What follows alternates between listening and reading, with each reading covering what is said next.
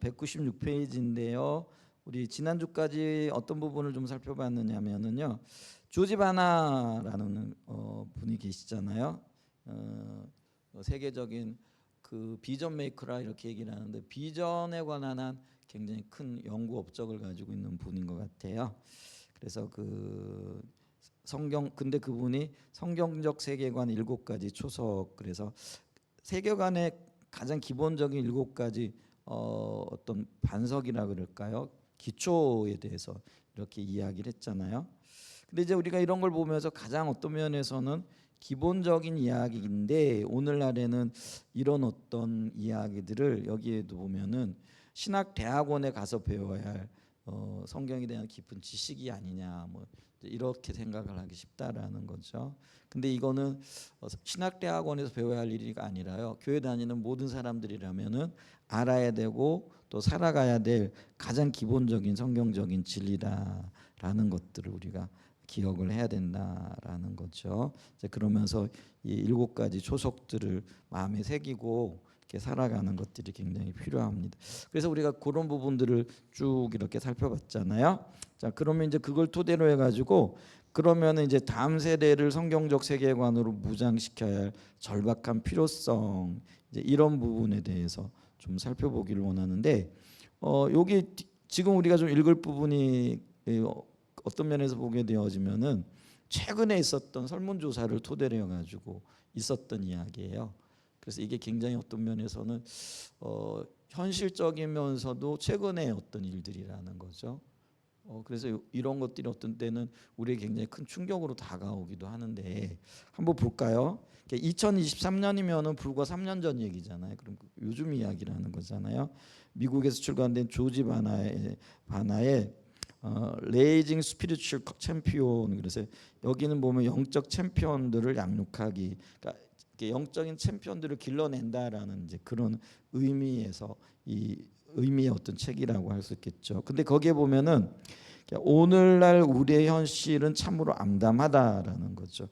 그래서 애리조나 기독교 대학의 문화연구센터에서 22년도에 조사한 설문조사에 의하면 13세에서 14세 청소년들의 경우 위에서 언급한 관점, 그러니까 성경적 세계관 7가지 초석, 이런 어떤 기초적인 가장 기본적인 토대를 가지고 있느냐, 이제 이런 부분을 점검했다라는 거예요. 그랬더니 성경적 세계관을 가지고 있는 청소년들은 얼마라고요?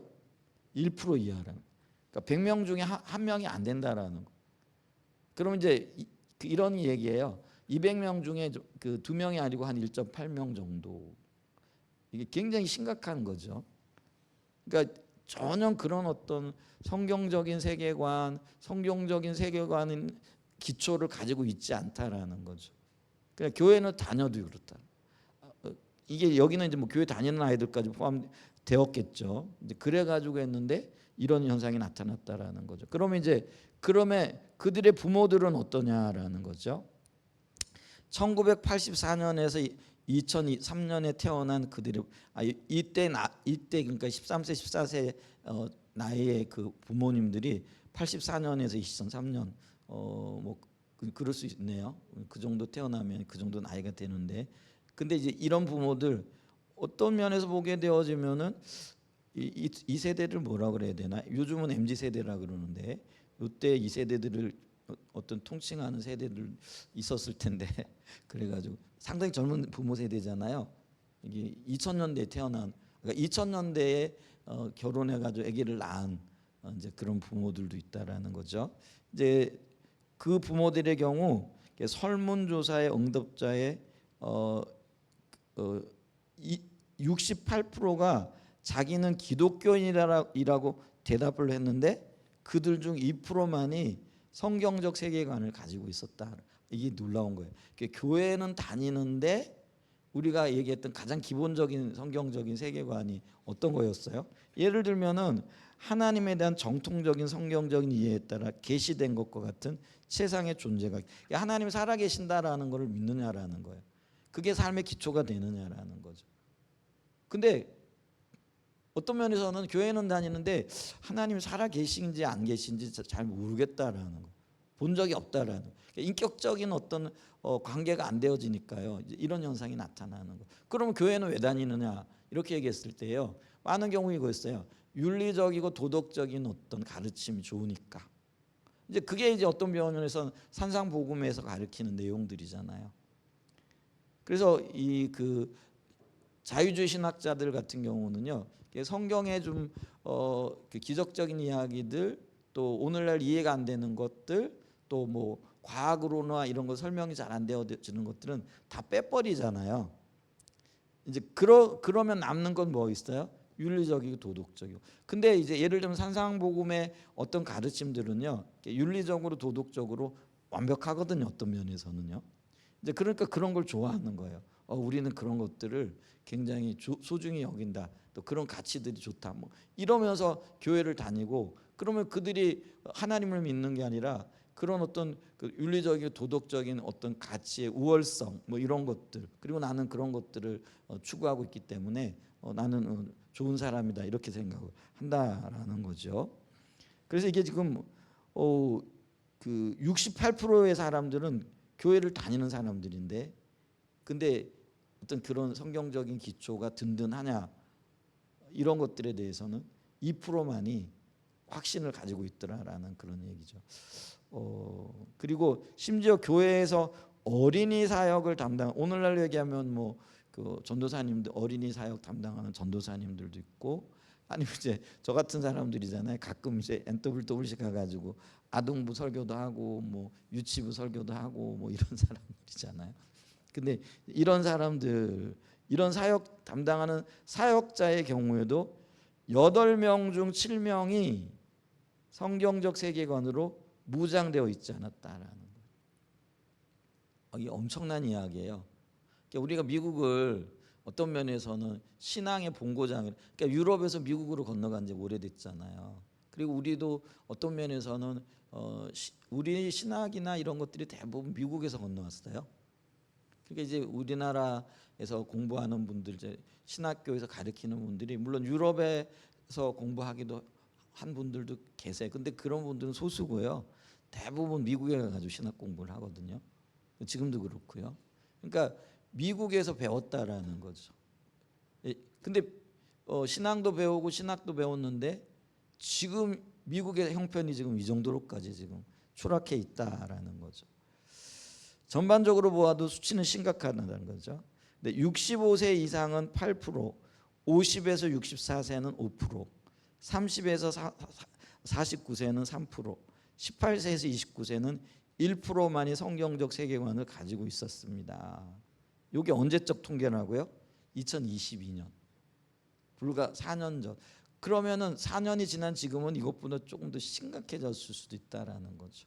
뭐 비슷할 수도 있지만은 이게 엄청난 이야기인 거죠.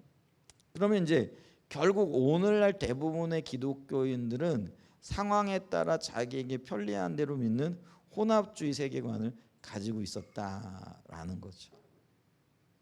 이게 심각한 우리가 지금 혼합주의 신앙을 얘기를 하잖아요. 근데 이게 정말 수치로 드러나고 있는 이야기라는 거예요. 이거 정말 심각한 얘기라는. 근데 이런 수치들을 보면 앞으로 30년 후에 미국 교회가 어떤 모습일지 우리는 쉽게 예측할 수 있습니다.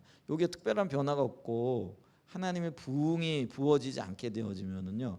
정말 한 세대가 요즘은 30년으로 잡더라고요. 옛날에는 한 세대를 40년. 왜냐하면 변화의 폭이 조금 이렇게 더뎠으니까요. 근데 요즘은 변화가 굉장히 빠르잖아요. 그러다 보니까 한 세대를 한 30년으로 잡는 것 같은데 한 세대가 지나게 되어지면은요. 미국은 기독교인이 거의 없어진 그런 일들이 일어날 거라는 거죠. 근데 이제 문제는 뭐예요? 이 문제는 이것이 단순히 미국 교회의 모습이 아니라는 거예요. 바로 우리의 내일이라는 지금의 모습이기도 하고요. 그래서 우리가 간간히 듣잖아요. 지금 침례교회요. 작년 재작년에 우리가 몇 년마다 한 번씩 통계를 해요. 그래서 전국 교회에다가 이제 그걸 보내요. 그러니까 매년 우리가 1년에 한 번씩 뭐 이렇게 하긴 하는데 예를 들면은 교인 숫자가 얼마가 되어지고 침례를 받은 사람은 올해 얼마고 그다음에 연령층은 어떻게 되어지고 학생부는 몇 명이고 뭐 이런 그거를 다 이게 교세 보고서라고 해가지고 1년에 한 번씩 1월 달에 올려요. 이제 그럼 이제 그걸 통계를 내 가지고 이제 총회나 이럴 때 이렇게 나타내거든요. 이제 그런데 그 통계에 의하면은 주일 학교가 없는 교회가 60%가 넘었다라는 거예요. 그럼 그 얘기는 뭐예요? 주일 학교가 없는 학교라는 거는 14세 이하의 아이들이 없다라는 거예요. 이게 지금 굉장히 엄청난 거거든요. 근데 요게요 20년 30년 지나가게 되어지면은 어떻게 될까요? 그러면 이제 대학 청년부도 무너진다는 얘기죠. 뭐 물론 요즘은 대학 청년부가 더 심각하기도 해요. 없어요. 그러니까 젊은이들이 교회를 떠나는 거죠. 그러니까 이제 중고등학교까지는 부모님이 있으니까 그냥 어떡할까요? 그냥 어쩔 수 없이 다니기도 해요. 근데 대학에 딱 들어가게 되어지면은요 이제 이렇게 되는 거예요. 이제 불행 끝 행복 시작이 되는 거예요. 이제 그들 입장에서. 그리고는요 교회를 그냥 영 안 떠나는 거죠. 그때부터는 이 아이들이요 말을 안 듣기 시작을 해요. 왜냐하면 대학 사회가 상당히 재밌거든요. 그러니까 재미를 추구하려고 그러면 한없이 재밌게 지낼 수 있는 곳이 대학 사회가 되어진다는 가치관이 너무나 이게 뭐라 그럴까 빠르게 세상적으로 지금 흘러가 있고요. 그러니까 그래서 요즘 신학자들은 그걸 뭐라고 얘기를 하느냐면요, 미국 사회를 가리켜서 신이교 사회라 그러는 거죠. 그러니까 이교도들이 주축이 되어진 사회라는 거예요. 근데 미국이 그렇지 않았잖아요. 미국이 기독교적인 가치관이 세워진 그 나라예요. 헌법도 그렇고요. 형식적이긴 하지만 지금도 대통령이 대통령 선서를 할 때 성경 위에도 손을 얹고 하잖아요.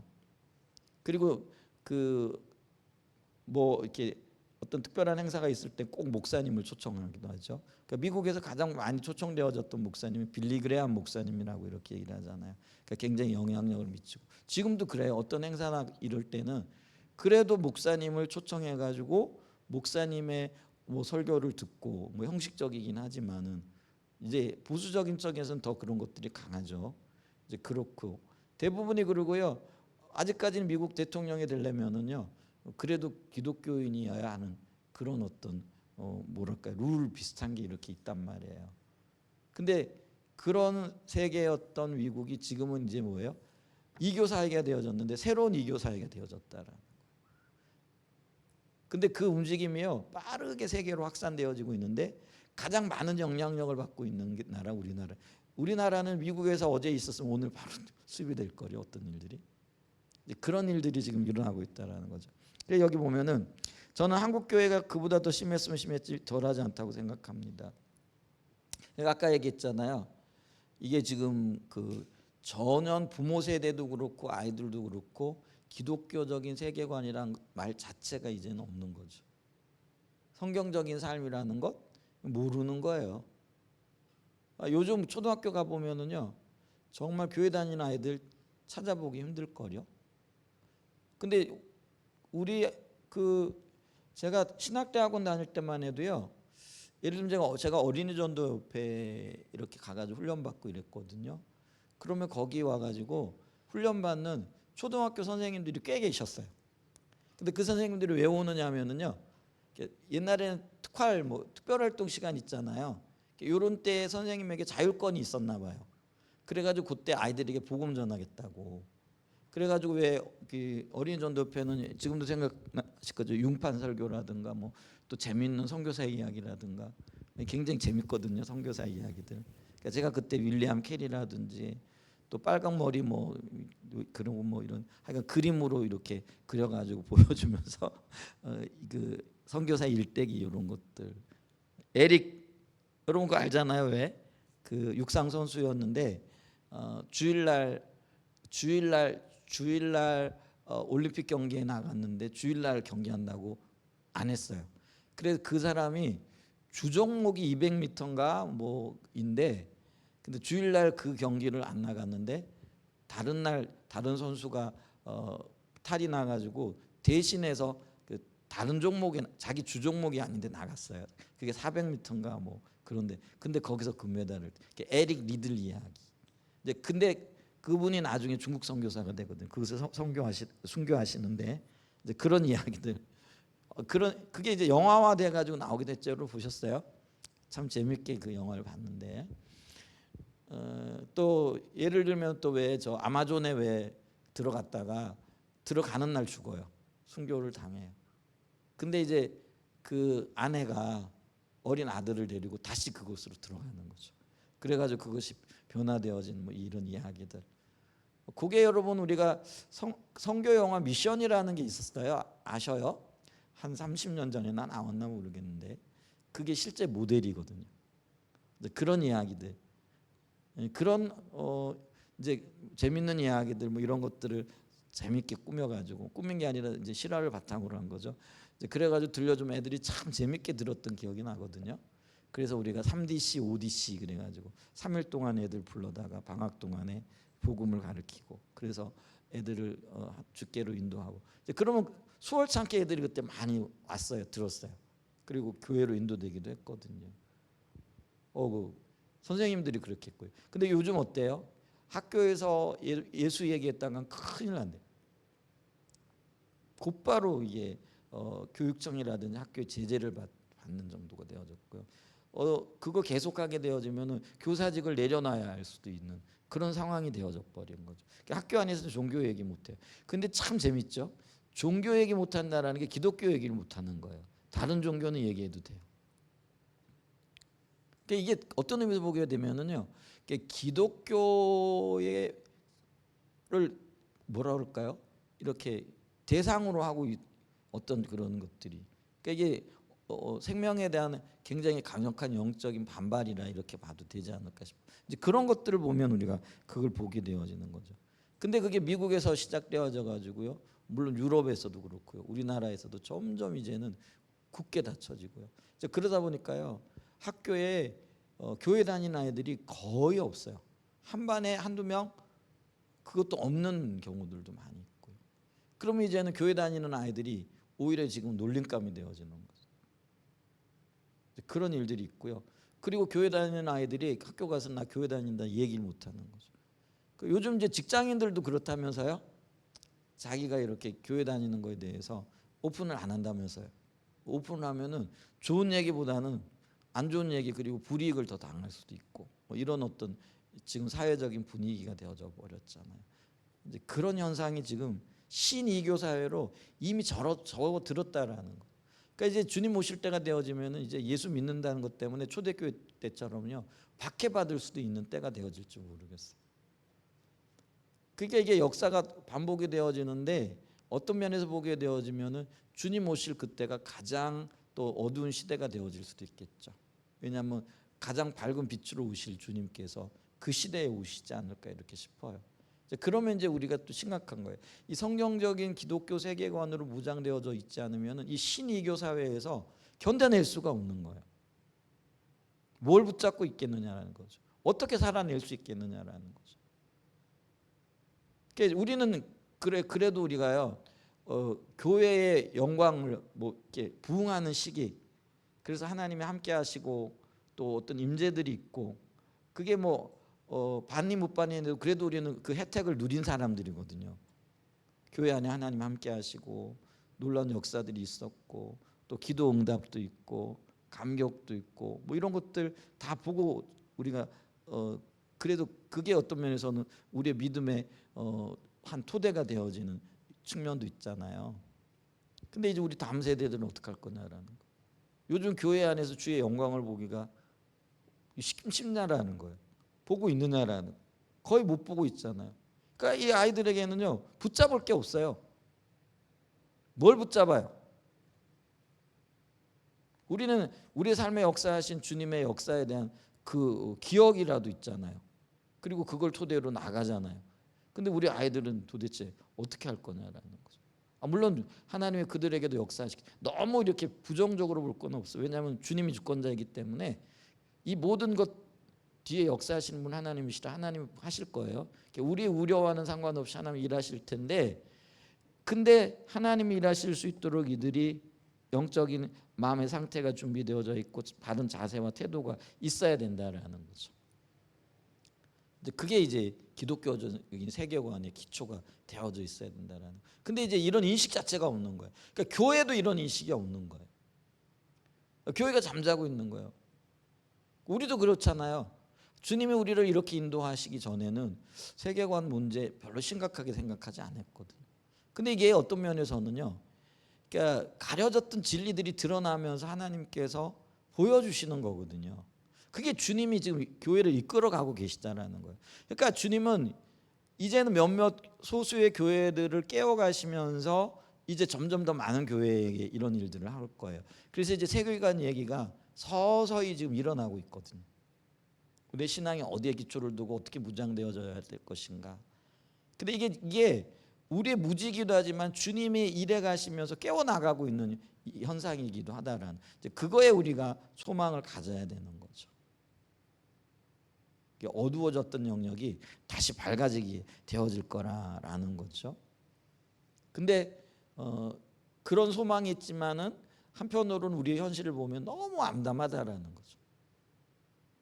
너무 암담해요. 그래도 예전에는요, 이렇게 불과 10년 전에만 해도요, 20년에는 더 했죠. 주일날 이렇게 하면은요, 성경 가방 들고 교회 가시는 분들 많이 만났거든요. 근데 요즘은 모르겠어요. 거의 없는 것 같기도 하고. 옛날엔 그리고 또 교회 버스들 많이 다녔거든요. 본고도 많이 움직이고. 물론 요즘은 뭐 다 차들이 있으니까 차 가지고 오시겠죠.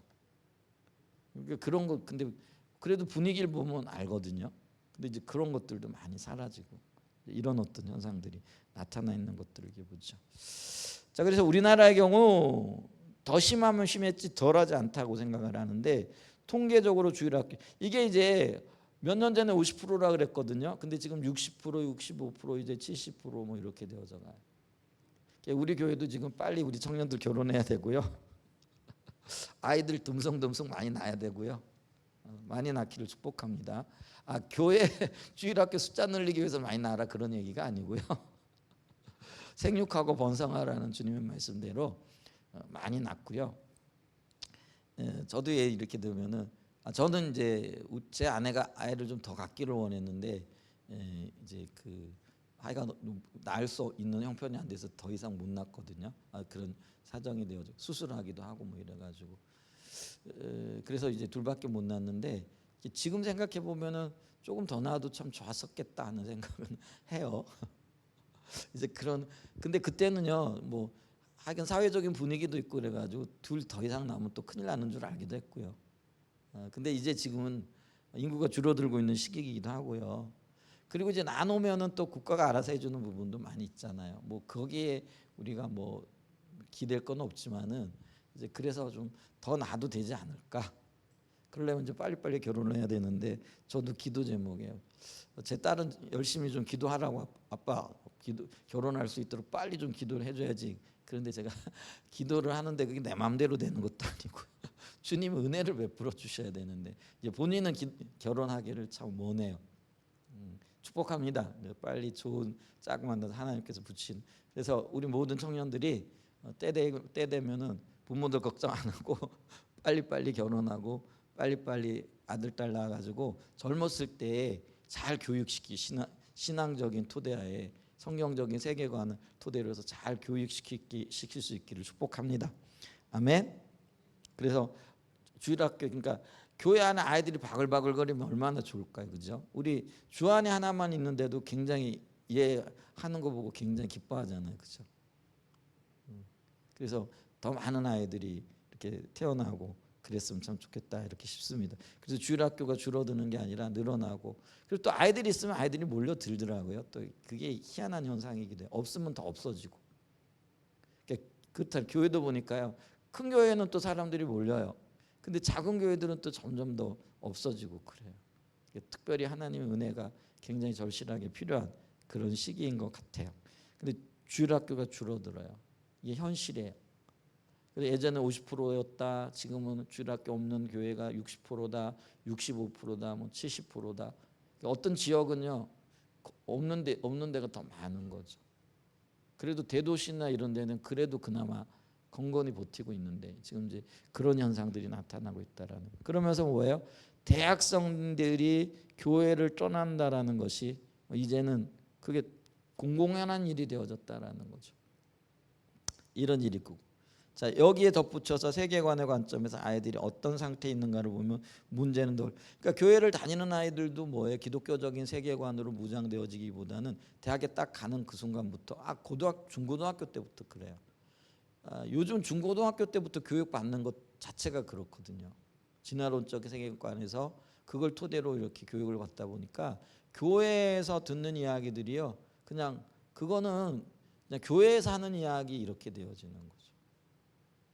그리고는 어떤 면에서는요, 살아가야 할 그 실질적인 이야기는, 그리고 그런 어떤 삶의 토대는 학교에서 배우는 것들이 되어진다는. 그러니까 점점 더 멀어지게 되어지고 있고요. 그러니까 이들의 영적인 상태, 그렇게 되면 이제 실질적으로 대학에 가면은 이제 좀 자유롭게 되어지니까 삶의 모든 영역에서 자기 마음대로 하는 거죠. 자기 중심적인 그게 발동하기 시작을 하는 거예요. 이제 그러면서 삶이 흐트러지기 시작하는 이제 그런 어떤 일들이 일어나게 되어진다라는 거죠. 그래서 이제 우리 교회 청년들은 이제 부지런히 이렇게 세계관도 배우고 또 신앙의 본질 가운데 서고 또 십자가의 복음의 토대, 그래서 하나님과의 그 인격적인 관계를 추구하고 또 이러면서 또 대학 다니는 기간에 혹은 군대 갔다 와서 또 이 그 두드림도 나갔다 오고 뭐 이러는 가운데 하나님을 좀 경험하고 이제 이런 어떤 훈련들이 되었으면 좋겠어요. 그래도 이게 지금 그 보니까 두드림이나 해외 나가가지고 또 이렇게 주님을 경험하는 경우들도 많이 있거든요. 그러니까 남자들 같은 경우 군대 가게 되어지면은 이제 그런 일이네. 제가 아직 잊혀지지 않는 게 주영이를 군대 보내놨더니 이제 휴가 와가지고 이제 그 얘기를 하더라고요. 그러니까 제가 우리 주영이가 옛날에 의정부 301 보충대라 그래가 지금은 없어졌어요. 그러니까 거기로 논산훈련소로 간 게 아니라 글로 갔어요. 이제 글로 가게 되어지면 대부분 전방으로 가는 아이들이 이제 글로 가게 되는데 어쨌거나 이제 거기 어떤 아이들은 후방으로 가고 어떤 아이들은 여기 논산훈련소로 가고 그러는데 주영이는 이제 301 보충대로 갔어요. 이제 거기 가면 대부분 전방인 거예요, 애들이. 그러니까 이 아이들이 그걸 아는 거죠. 그러니까 이제 부모들이 배웅을 하고 집에 간 거죠. 근데 이제 나중에 주영이한테 들은 거죠. 그 밤에 그 큰 아이들이 훌쩍훌쩍 울고 있는 거죠. 그게 얼마나 외롭겠냐, 겁나겠느냐라는. 그러니까 부모 보호 아래에서 자라고 있다가 이제는 부모하고 이렇게 뜨거운 작별을 했어요. 야, 건강하게 다녀와라 뭐 하고 했는데 갑자기 조교들의 태도가 돌변하고요. 처음에는 부모님들이 있을 때는 친절하게 하고 뭐 이러던데 갑자기 이제 언성 높이고, 왜냐하면 그게 이제 군기를 세워 나가는 과정이거든요. 그렇게 할 수밖에 없어요. 그러면서 돌변하게 되어지고 뭐 이렇게 되어지면은요, 아이들이 불안해지는 거죠. 그러니까 이제 군대에 가게 되어지면 어떤 일이 일어나냐면은요, 이제 지금까지 경험해보지 못한 세상 속에서 자기 자신을 보게 되어지고 또 이게 다시 이제 생각을 하게 되고 위기 가운데에서 하나님의 존재를 또 찾게 되어지고 그때 복음이 잘 들어가는 거예요. 그래서 이렇게 군을 황검어장이라고 얘기를 하잖아요.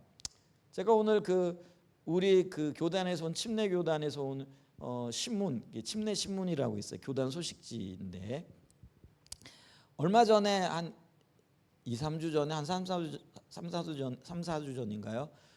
논산 훈련소에서 그 신병들이죠. 그러니까 훈련 받는 신병들을 대상으로 이제 침례식을 베푸는 거예요.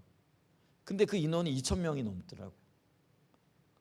야, 참 엄청 많잖아요, 그죠?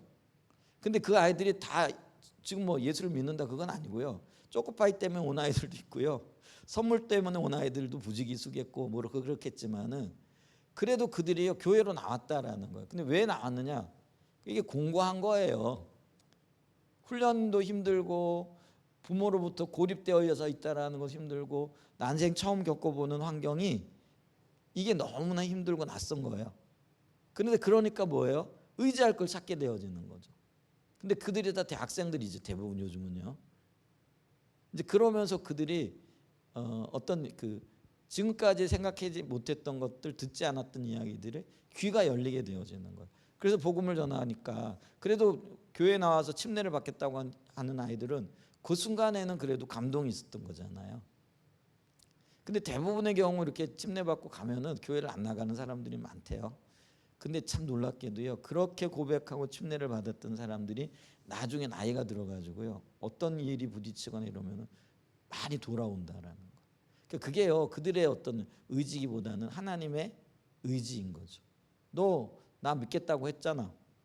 나 내 입 너희 입으로 나를 구주로 고백했잖아. 그러니까 그거 내가 찾을 거야. 이게 하나님의 역사라는 거죠. 그러니까 있잖아요, 우리가 요때라도 부지런히 복음을 전하고요. 그래서 우리 저기 지금 그 ROTC요. 지금 이게 어떨 땐 저는요 참 포기하고 싶어요. 그냥 아유, 학교도 많은데 하겠다 는 사람도 없는데 이거 새 학교는 하려고 그러니까 한 학교도 제대로 못 하겠고 이거 안 되겠다, 그냥 내려놔야 되겠다. 속으로 이런 생각할 때 참 많거든요. 우송대를 보니까 벌써 한 10몇 년 된 것 같아요. 이제 그런 어떤 시간들을 갖추면서 고민하며 왔는데, 그래도 다시 한번 우리가 가끔 가서 만나잖아요. 그래도 햄버거 나눠주잖아요. 받아 먹고 가잖아요.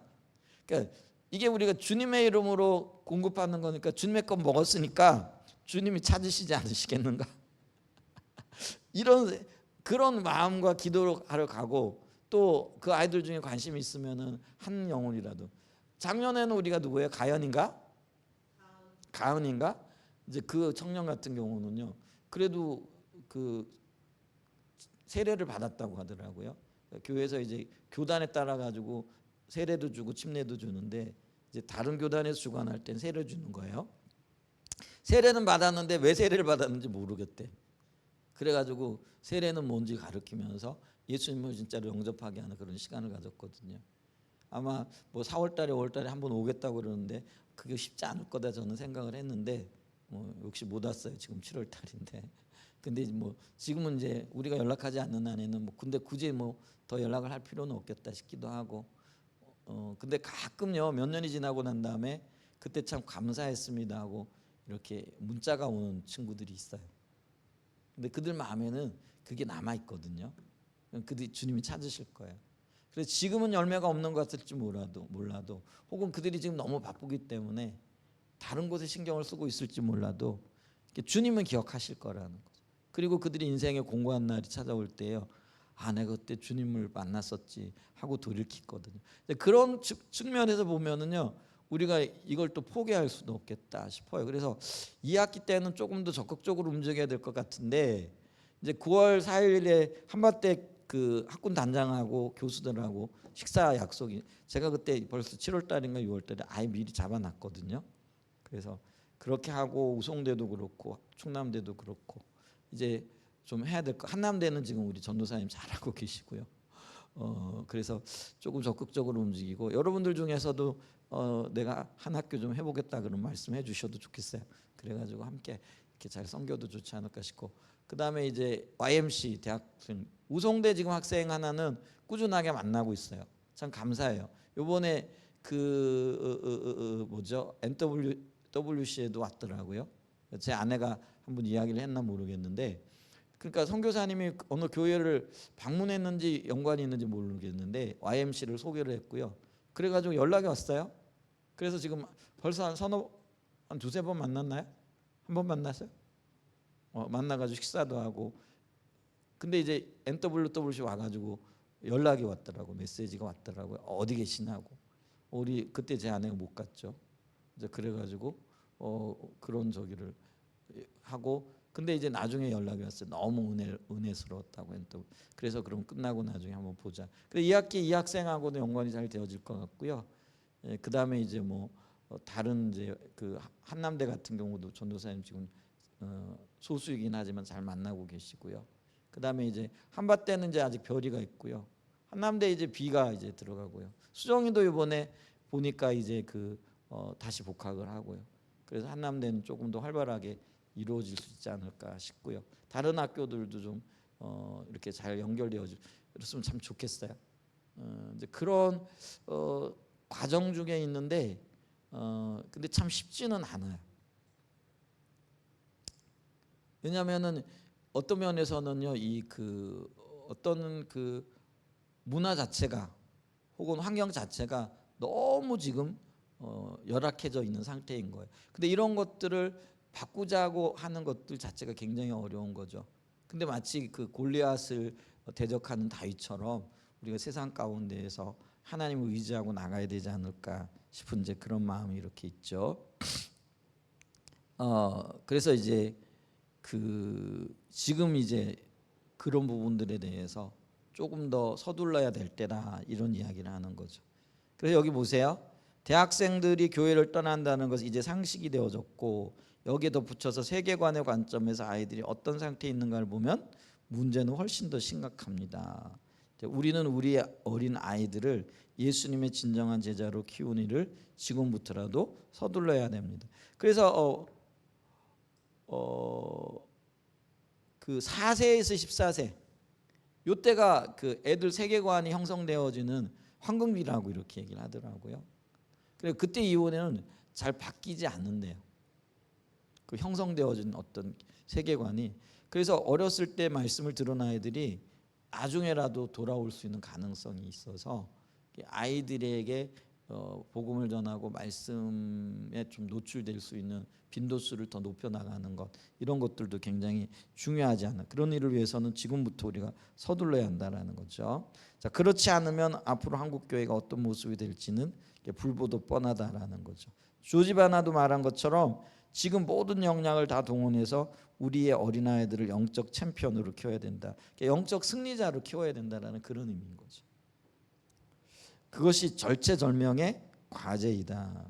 근데 이거를 이제 우리가 얼마만큼 인식하는 거가 굉장히 중요해요. 예를 들면 이제 우리 학교를 위해 기도하고 있는데요. 근데 제가 간혹 가끔 말씀드리잖아요. 이 학교도요. 누가 미치지 않으면은요. 표현이 좀 그래요. 이 여기에 생명 걸지 않으면은 학교가 세워질 수가 없어요. 그냥 뭐 학교 세워야지 하는 이거 가지고는 안 된다라고요. 그러니까 누군가는 이 일에 정말 절박한 어떤 인식과 필요성을 가지고 여기에 올인하는, 그 기도해 주세요. 우리 중에 그런 분이 생길 수 있기를, 또 그렇게 그 일이 완수되어질 수 있기를. 그리고 이제 이렇게 보면은요, 아이들도요, 예를 들면 이제 학부모 같은 경우도 내 아이를 정말로 기독교적인 세계관으로 키우지 않고는 안 된다라는 그 절박한 필요성이 보여져야 되는 거예요. 그냥 그거 좋다 이 정도 돼 갖고는 안 된다라는 거예요. 그게 보여지고 이 아이를 이 기독교적인 세계관의 토대에서 신앙인으로 키워내야 되겠다라는 그 절박한 그게 있지 않고는요. 예를 들면은 뭐 학교를 세워놔도요. 거기에 그 누가 보내겠느냐라는 거죠. 누가 거기에 참여시키겠느냐라는 거죠. 그래서 이런 모든 조건들이 맞아 떨어져야 돼요. 제가 기도하고 있는 그 부분도 그 부분이거든요. 그러니까 이제 그 일을 감당할 누군가가 정말 여기에 사명감을 가지고 올인해야 될 분이 필요하고요. 또 이 학부형들 중에도요. 우리 아이를 그렇게 양육해야 되겠다라는, 그렇지 않고는 안 된다는, 이제는 정말 공교육이나 이런 데 소망이 없는데 그게 진실하게 진정으로 보여져야 된다라는 거죠. 그게 안 보여주면은요. 뭐 시작했다가 금방 뭐 돌아설 수도 없잖아요. 그런 일들이 생겨날 수 있다라는 거죠. 그래서 이게요. 굉장히 심각하면서도 기도하면서도 하나님이 어떻게 인도하시는가도 중요하지만 우리의 어떤 자세도 굉장히 중요한 영역이 있다라는 거죠. 그래서 우리 아이들을 영적 챔피언으로 세우려면 그들을 성경적인 세계관으로 잘 무장시켜야 된다라는 거죠. 자, 세계관은 여기 보니까요. 요게 이제 그 생후 15개월에서 15개월부터 18개월 15개월 내 좀 늦은 아이들은 18개월부터 형성되기 시작해서 13세까지는 대부분 자리를 잡는다고 합니다. 우리나라 나이는 여기 14세를 얘기를 하죠. 요게 언제적 얘기예요? 그러니까 이제 초등학교 졸업하기 전, 그러니까 이 초등학교 졸업하기 전에 이런 어떤 교육을 시작하는 것, 이런 교육을 받는 게 굉장히 중요하다라는 거죠. 그래서 우리 아이들 있잖아요. 예를 들면 주한이하고 예성이요. 이렇게 보면 제가 이제 아이들 예배 드릴 때 가끔 이제 이렇게 보거든요. 그러면 뭐 뛰어다니고 뭐냐 주한이는 아직 어리니까 맨날 엄마 품속 파고들고요. 엄마 잘 안 떨어지려고 그러고요. 가끔 가다가 제가 제 아내 설교를 이렇게 듣는데 유튜브로 하니까 그러면 이제 뭐라 그러냐면 주한이 엄마한테 떨어져 이런 이야기를 자주 하거든요. 그러니까 엄마한테 매이는 게 아니라 그냥 엄마 품에 있으려고 그러고 이런 어떤 해요. 근데 참 놀랍게도요. 그래도 그 아이들이 말씀을 듣거든요. 그래도 어떤 살아가는데 말하는 거 가끔 보면은요. 이게 말씀이 그렇잖아. 뭐 또 부모가 말씀이 이렇잖아 그러면은 알아듣거든요. 그러니까 이게요. 한 번에 다 젖는 게 아니에요. 가랑비에 옷 젖듯이 서서히 젖어가는. 그러니까 세계관이 그렇게 자라간다라는 거예요. 그러니까 계속 이 아이들을 노출시켜야 되는 거예요. 그래서 이번에 저기 그 NWWC 이제 유치부에 가가지고도 엄마들 제가 그 이번에도 가만 보니까 이렇게 인부복을 입고 오신 분이 있더라고요. 그러니까 이제 뱃속에 아이를 데리고 온 거죠. 다른 아이를 데리고 온 게 아니라요. 뱃속에 아이를 데리고 캠프에 참여했더라고요. 놀랍죠. 그 몸도 힘들 텐데 근데 이 뱃속의 아이를 그 엄마는 이런 어떤 의식이 있는 거죠. 아이를 어릴 적부터 뱃속에 있다라고 했지만 태교도 하는데 이런 분위기와 이런 말씀 가운데 노출시키는 거죠. 그리고 이제 아이들 보면 1살 아직 못 걷는 아이들도 있어요. 근데 이 못 걷는 아이들 데리고 바깥으로 외출한다는 게 쉬워요, 안 쉬워요? 참 어렵거든요. 근데 이 아이들은 이 부모님들은 이 아이를 데려와 가지고요. 그 기어다니는 아이들 쫓아다니면서 예배하고 말씀 듣고 그리고 거기서 자고 이렇게 시간을 보내더라고요. 그래서 저도 돌아보면요, 만약에 제 아내가 그 예를 들면 우리 아이들 어렸을 때 그렇게 하겠다 그러면 뭐 아이들 힘들고 그런데 그냥 좀 그랬을 것 같아요. 근데 그렇게 시간을 보내더라고요. 근데 그런 아이들이 꽤 돼요, 꽤 돼. 여러 아이들이 돼요. 그러니까 4살 아이들은 사실은 유치부 대상이 아니거든요. 그러니까 4살 이상의 아이들이 유치부예요, 원래. 그런데 4살 이하의 아이들 1살짜리도 있고요. 기어다니는 아이들도 있고요. 이제 그 아이들은 지난번에 이제 그 아이들도 부모가 오고 그러니까 이제 회비 받아야 된다 그래가지고 한번 회비를 받았거든요. 그랬더니 담당하는 목사님이 아주 화를 내고 막 울고 난리가 났어. 눈물을 흘리더라. 이 아이들을 잘 양육하고 우리가 하나님 앞에서 잘 아이들을 키워야 되는데 만약에 이 아이들 4살도 안 된 아이들한테 회비를 만약에 받게 되어지면 오지 말라는 얘기 아니냐 이러면서 우리가 그렇게 잘 키워야지 그래가지고 아주 강력하게 항의를 해가지고 있던 걸 없던 거 다시 돌려놨어요. 원래 안 받다가 왜냐면 부모들도 오고 그러니까 밥을 먹지 않냐. 그리고 이 아이들 뭐 어떻게 하든지 간에 이래가지고 이제 현실적인 얘기가 나와가지고 또 리더십장에서는 또 이게 그런 게 있잖아요. 뭐 형평성도 있을 수 있고 이래가지고 했다가 그래서 돌려놨어요. 그러면 이제 왜 하면은 그 회비가 있을 때는 오기가 힘들지 않냐. 그게 예를 들면 아이들 회비는 9만 원씩이 가거든요. 그게 9만 원도 물론 이제 간식이 그 중고등부는 간식 안 주죠. 대학 청년부도 안 주고. 그런데 아동부는 간식 주고요. 유치부 같은 경우는 조금 더 고급 간식을 줘요. 그리고 이제 공과도 있고요. 특히 수영도 하거든요. 근데 수영하는데 이번에 제가 보고받기로는 예산이 어느 정도 들었냐 그랬더니 한 550만 원 들었어요 그러더라고요. 2시간 아이들 물놀이 하는 거 해가지고요. 아침 7시부터 시작해가지고 거기 담당하는 목사님들하고 성김이들 이렇게 나와가지고요. 그 꾸미는 거예요. 대형 풀하고 그다음에 물 이렇게 타고 내리는 거. 이거 오전 내내 준비해가지고요. 물 채우고요. 물값만 300만 원이래요. 물값을 물 채우고 그거 한 2시간 3시간 쓰고 다 이제 또 철수하는데도 굉장히 많이 흘러요. 시간도 많이 들고. 그래서 총 비용이 한 550만 원 정도 이렇게 들어간다 그러더라고요. 근데 이제 경제적인 가치로 따지게 되어지면은요. 이거 굉장히 큰 낭비인 것 같잖아요.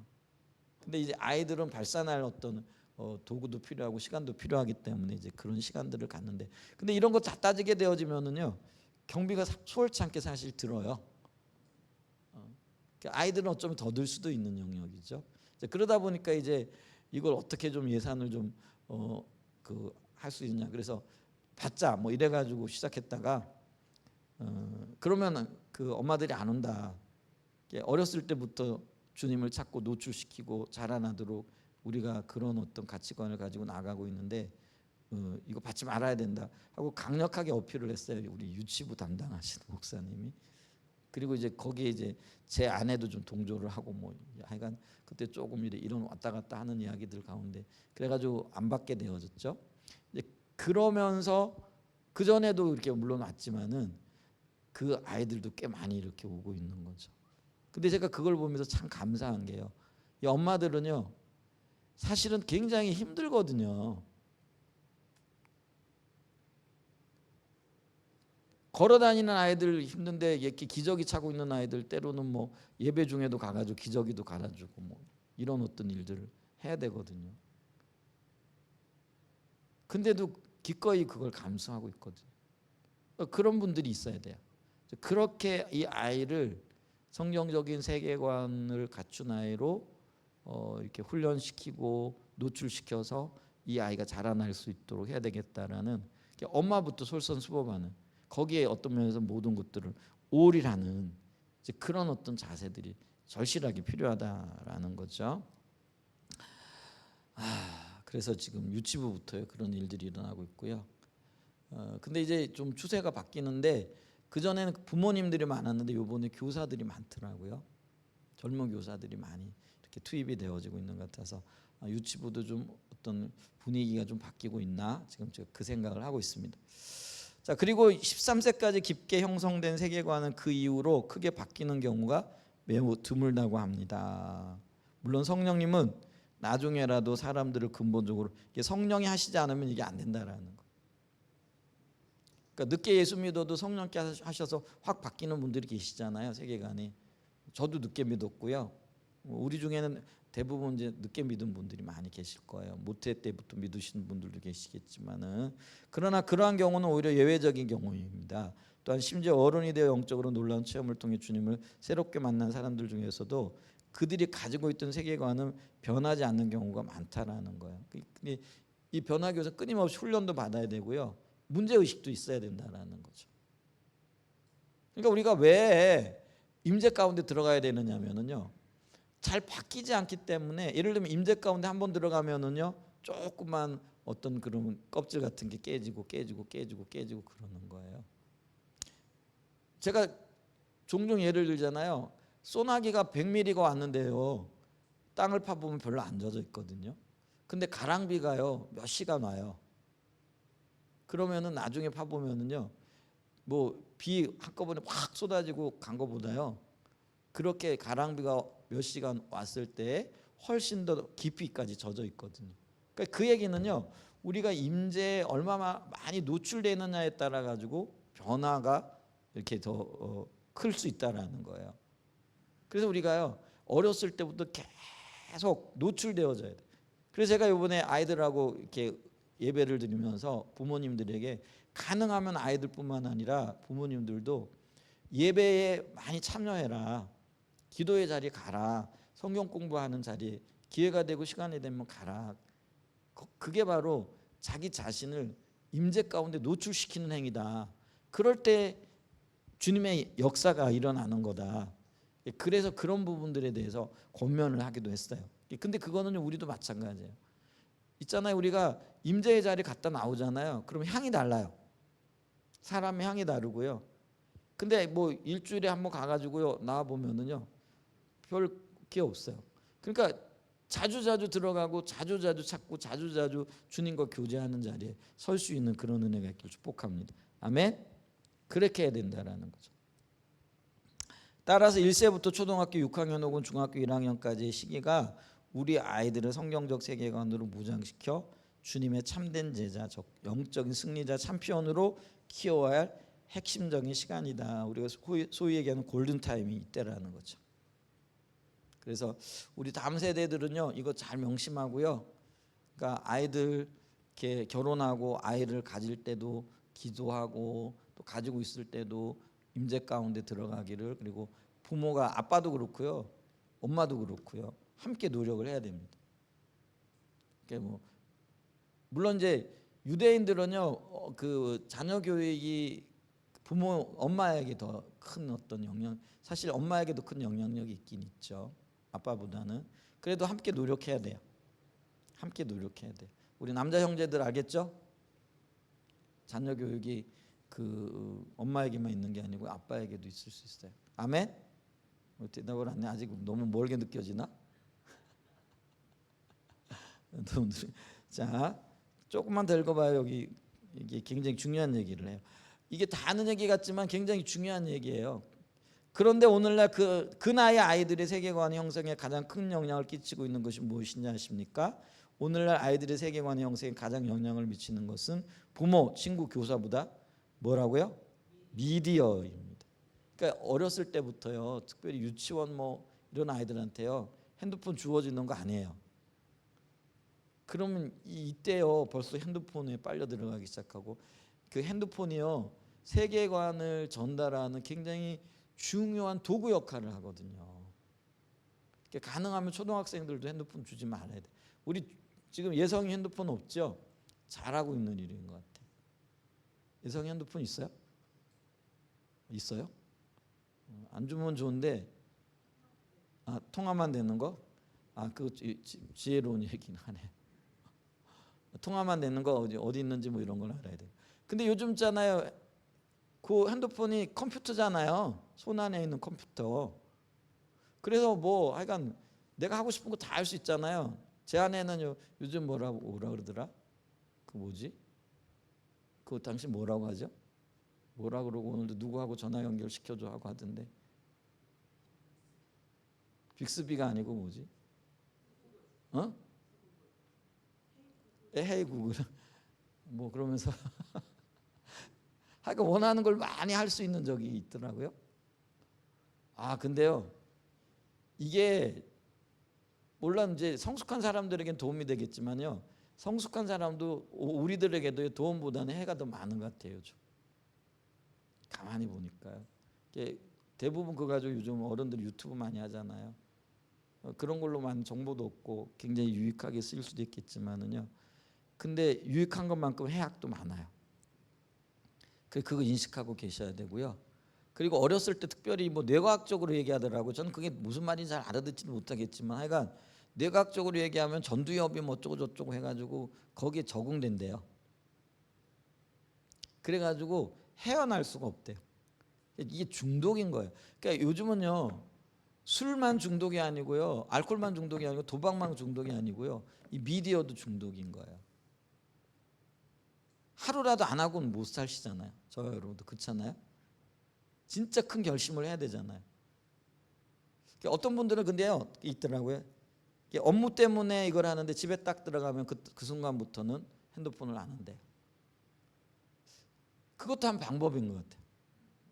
그러니까 집에 들어가면서부터는요 핸드폰 놓는데 딱 놔두고요 쳐다를 안 본대요.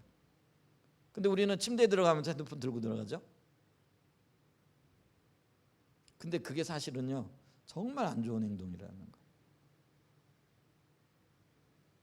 그래서 뭐 우리가 저녁에 급하게 처리해야 될 일도 있을지 모르지만 만약에 죽고 살 일이면은요 전화 오고 뭐 할 거예요, 그죠? 그냥 내버려 두고, 우리가 어떤 때는 처리할 일 처리하는 거는 1분이고 처리하고 난 다음에 그때부터 1시간이고 2시간 핸드폰 붙들고 있잖아요. 그래서 이런 것도 좀 필요한 것 같아요. 그러니까 집에 들어가는 그 순간부터는 핸드폰 딱 놓는 자리에서 딱 놔두고 쳐다 안 보는 거죠. 나올 때는 업무도 봐야 되고 뭐 필요한 거예요. 예를 들면 말씀을 듣거나 이럴 때는 있어요. 그때는 딱 정해놓고 딱 듣고 여기까지만이다 이렇게 하고 그렇게 해야 돼요. 왜냐하면 근데 참 신기한 게 뭐냐면 말씀 듣잖아요. 말씀 1시간 들었는데 다른 거는 2시간씩 3시간씩 연결되더라고. 그게 제 경험이에요. 여러분들도 아마 별로 다르지 않을 것 같아. 그러니까 이거 우리가 지금 굉장히 심각해요. 어른들이요 중독 없는 것 같죠. 근데 중독돼 있어요. 지금 우리가 미디어에 중독되어져 있어요. 근데 그게 핸드폰이죠. 자, 미국의 경우 초등학생까지 아이들은 그들의 하루 시간을 거의 비슷하게 세 등분해서 사용하는데 그중 1위는 잠, 2위는 학교 생활, 3위는 미디어입니다. 그런데 그들이 중고등학생이 되면 비슷하지만 2위와 3위의 순위가 바뀝니다. 우리나라의 경우도 크게 다르지 않을 것이라고 생각합니다. 오늘날 젊은 세대는 유튜브 속에 산다는 말이 있습니다. 아이들은 다양한 미디어를 통해서 반복적으로 비기독교적인 많은 경우 반기독교적인 세계관을 흡수하고 하고 그것이 점점 더 그들 속에 그들의 것으로 자리 잡고 있어요. 한 번 듣고 두 번 듣고 세 번 듣다 보면은요. 제가 이제 유치부 아이들 설교할 때 어려운 개념도 그냥 계속 반복을 하거든요. 그래서 첫 번 설교하고 두 번째 설교했을 때 첫 번째 설교했던 거 어느 정도 반복하고 세 번째 설교할 때 첫 번째 두 번째 어느 시간 들여서 반복하고 쭉 계속 반복해요. 그러다 보면 아이들이요 처음에는 어려웠던 개념들이 잡혀요. 그래서 그 개념을 설명은 하지 못하지만 머리로는 어느 정도 그거를 받아들이게 되더라고요. 그게 미디어의 무서운 점이 그거예요. 계속 우리 모르게 반복적으로 반기독교적인 그런 어떤 메시지를 듣거든요. 내용 자체가 사실은 그렇거든요. 그러니까 우리는 자신도 모르게 세뇌되어져 가는 거예요. 그리고 거기에 굳어져 가고 있다라는 거죠. 자, 사탄이 우리의 다음 세대를 놓고 놀라운 승리를 쟁취하고 있는 것입니다. 바로 여기서 우리는 우리 아이들을 어려서부터 철저하게 형용적 세계관으로 무장시켜야 할 절박한 필요성을 봅니다. 한 가지 지나가면서 언급하면 이것은 단순히 다음 세대들의 문제만이 아닙니다. 오늘날 많은 어른들의 경우에도 더 이상 그들의 신앙의 기준이 성경이 아닙니다. 인터넷이 그들의 신앙의 기준입니다. 그렇죠? 뭐 알아보고 이러는 건 좋은데요. 근데 그 정보들이요 다 옳은 거 아니에요. 여러분 요즘 AI도 그 뭐죠? 제미나이나 이것도 살살 거짓말 한다고 그러더라고요. 거짓말 많이 한다고 그러더라고요. 그 웃어가면서 거짓말 한대. 농담도 한대요. 떠보는 건지도 모르고 그런 일들도 있거든요. 근데 그런 것들이 대부분요 기독교적인 세계관이 지식 자체가 지금 반기독교적이라는 거죠.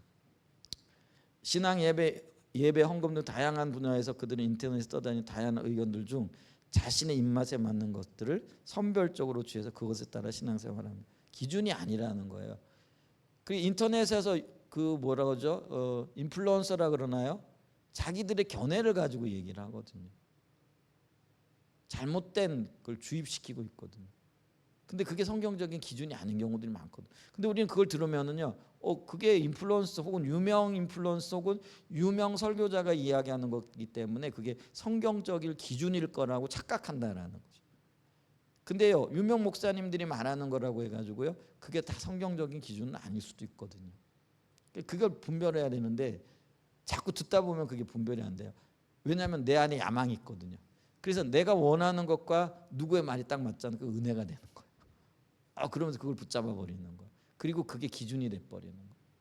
이런 오류들이 너무나 많다라는 거예요. 그래서 이 자녀 교육을 잘하기 위해서 우리가 어떻게 해야 될 건가? 이 부분도 참 중요한 부분이죠. 자, 그래서 우리가 문제점들, 절박한 필요성, 이 부분 좀 다 아는 이야기인지 모르지만 다시 한번 경각심을 일으키기 위해서 우리가 한번 살펴봤습니다. 네, 한 주간 건강하게들 지내시고요. 이번 주에 이제 뭐 태풍 때문에 조금 날씨가 선선해질지 모르겠는데 아직 근데 여름 안 끝났죠. 그래서 우리가 건강하게 지혜롭게 잘 보내실 수 있길 축복합니다. 기도하겠습니다.